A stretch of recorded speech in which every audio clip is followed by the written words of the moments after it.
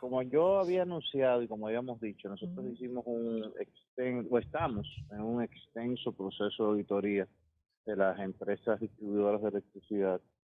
Y en ese proceso, como habíamos, encontramos irregularidades y esas irregularidades a su vez se convirtieron en evidencias que apuntaban a la comisión de ciertos ilícitos y en virtud de ello habíamos puesto una denuncia hace unos meses.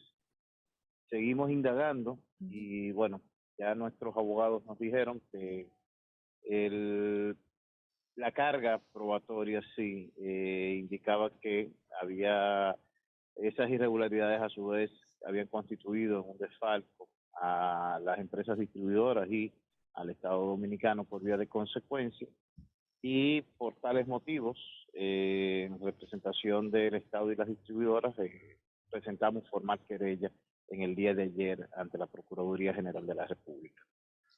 Partiendo de sus conocimientos, ingeniero, hagamos una proyección. De acuerdo a esta querella, involucra la acción de desfalco unos 20.000 millones de pesos. ¿Qué cosas mejorarían en el sector eléctrico nacional con 20.000 millones de pesos?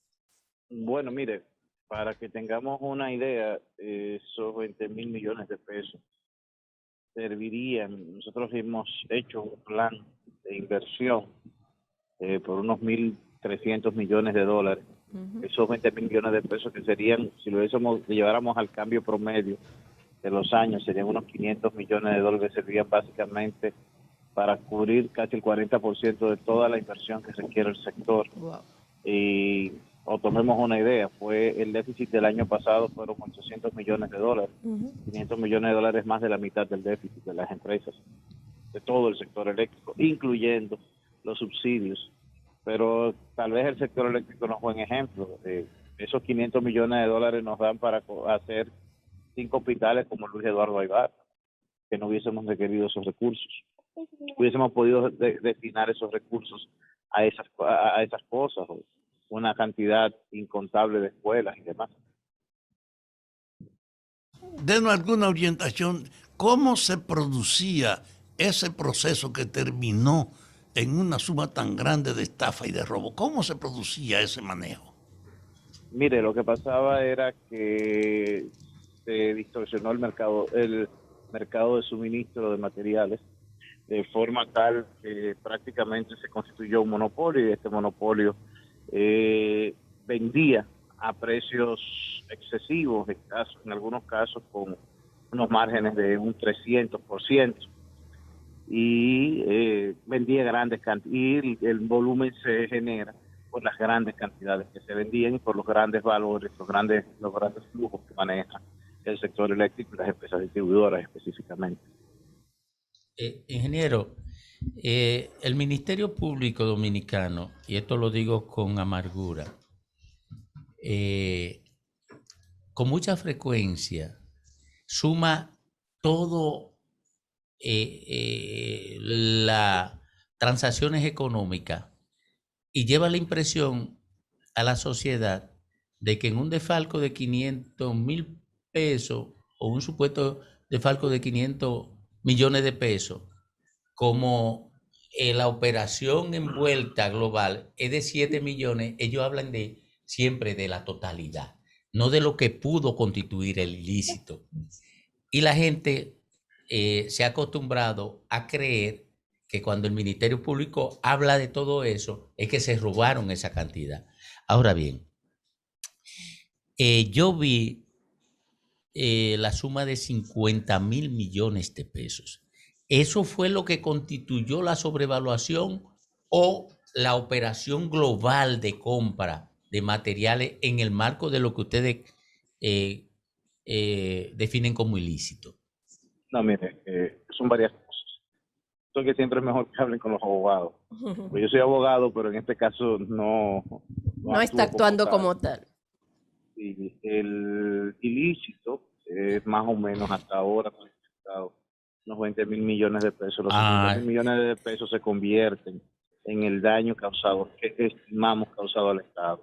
Evidentemente, eso es una pretensión que se hace, que se le haría en el marco de un proceso, ya de un proceso judicial a un juez, y evidentemente el juez evaluaría el tamaño del daño cometido.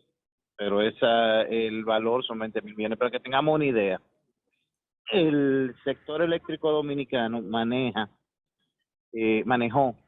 como subsidios en el periodo 2012-2020 más de 5.000 millones de dólares de inversión o gasto de inversión.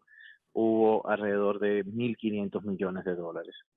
Es decir, cuando hablamos de estos valores, estamos hablando básicamente del sobrecosto. Por ejemplo, la semana pasada, O de los 20.000 millones, hablamos del sobrecosto. Sí, o sea, por ejemplo, la semana pasada yo presenté los resultados de una nueva negociación que habíamos hecho para la adquisición de un producto específico, que en este caso son los medidores inteligentes. Y ya la diferencia de costo con lo que en el gobierno anterior se hubiesen comprado 177.000 medidores, es decir, se costado 40 millones de dólares, a nosotros nos cuesta 21. Andrés. O sea, entonces la diferencia, para aclarar, de lo que estamos hablando realmente de la diferencia, del sobrecosto en que incurriríamos. Andrés, nosotros conversaremos más adelante con el abogado Miguel Valerio, por supuesto, que es el responsable de la acción de la Constitución en Estado Civil, del Estado en este caso. Pero nos gustaría saber qué papel jugó la Dirección General de Compras y Contrataciones en toda esta enmaraña respecto al sector eléctrico. ¿No tenía acción, no tenía vínculos? Bueno, les soy honesto, no le puedo decir qué papel jugó porque no evidenciamos que haya jugado ningún papel. O sea, no, básicamente probablemente lo que los indicios nos dan es que hubo una absoluta inobservancia por parte del órgano rector de las compras. Se volaron los procesos en ese sentido. Sí, los procesos se volaron. ¿Estaban mirando para otro lado? No sé si estaba mirando para otro lado, para arriba, para abajo, pero no estaba mirando hacia allá. Gracias. No, muchísimas gracias, Andrés Valerio, quien es el vicepresidente. Andrés Astacio, me confundí con Miguel Valerio al mencionarlo. Discúlpeme, Astacio. Vicepresidente ejecutivo. Sí, lo escucho. Dígame. Finalmente. Teresa Astacio en línea. Astacio, finalmente, porque me integré ahora. Sí. Se hicieron 3 auditorías, ¿verdad? Sí, hicimos una auditoría por cada empresa. ¿Quién hizo esa auditoría, señor? Mire, las auditorías empezamos como el calendario de auditoría de las empresas tampoco está regularizado. Estamos tratando de regularizarlo ahora. Tuvimos que empezar por una auditoría forense y para esos fines contratamos a 2 firmas de abogados que son de prestigio y reconocidas para que hicieran los levantamientos y hicieran un trabajo reconstructivo de lo que había ocurrido. Ya, ¿y Cámara de Cuentas está convocada o apoderada de ese expertise para certificarla? Mire, hace unos meses, con la Cámara de Cuentas anterior, ahora vamos a hacer nuevamente requerimiento a la nueva Cámara de Cuentas. De hecho, le digo, la Contraloría General de la República sí está en las empresas trabajando en este momento. Pero a la Cámara de Cuentas, la Cámara de Cuentas anterior nos había contestado que no iba a participar y que sencillamente no era parte de sus responsabilidades o que no tenía la capacidad para hacerlo. ¡Wow! ¡Qué barbaridad! Wow. La Cámara pero tengo que decir, fue la Cámara de Cuentas anterior que lo hizo. No lo dio por escrito realmente. No oiga usted. Lamentablemente, doctor, yo no podía esperar a que hubiese un cambio de Cámara de Cuentas o que hubiese... No, claro. Mire, finalmente, ahora sí, decía Domingo Páez que el hecho de que usted haya acudido a esa sede judicial y bajo la condición que lo ha hecho, constituyéndose incluso como Estado en parte civil, nos dice a nosotros que usted no quiere repetir lo mismo ni fue a robar, y eso es un aliciente, eso es agradable, oye. Muchas gracias. Esa es la idea. O sea, la idea es que el dinero público se utilice para las necesidades públicas. Gracias a usted.